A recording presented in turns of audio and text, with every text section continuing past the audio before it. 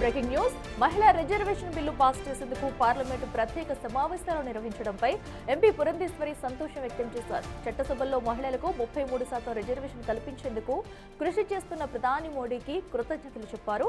ఈ నెల 16, 17, 18 తేదీల్లో జరిగే చర్చల అనంతరం మహిళా రిజర్వేషన్ బిల్లు ఆమోదం పొందే అవకాశం ఉందని పురంధేశ్వరి ఆశాభావం వ్యక్తం చేశారు.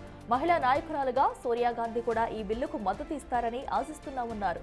డీలిమిటేషన్ వల్ల దక్షిణాది రాష్ట్రాలకు ఎలాంటి నష్టం కలగకుండా కేంద్రం పరిష్కారం చూపుతుందని స్పష్టం చేశారు పురంధేశ్వరి.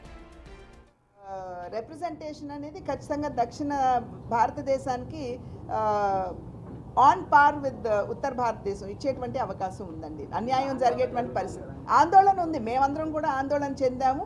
మేమందరం కూడా మా నాయకులతో మాట్లాడాం. బట్ ఈ చర్చల మాధ్యమంగానే వారు గుర్తించారు విషయాన్ని అండ్ దానికి పరిష్కారాన్ని కూడా త్వరలో మనకు అందిస్తుంది. డీలిమిటేషన్ ఎలాగున్నా ఐ థింక్ ముందు ఇది మనం పాస్ చేసుకుంటే ఆ తర్వాత డీలిమిటేషన్ ప్రాసెస్ 2027కి అయిపోతుంది అనేటువంటి నమ్మకం అందరికీ ఉంది. ఖచ్చితంగా 2029 ఎలక్షన్కి ఇది అమల్లోకి వస్తుందని చెప్పి మా యొక్క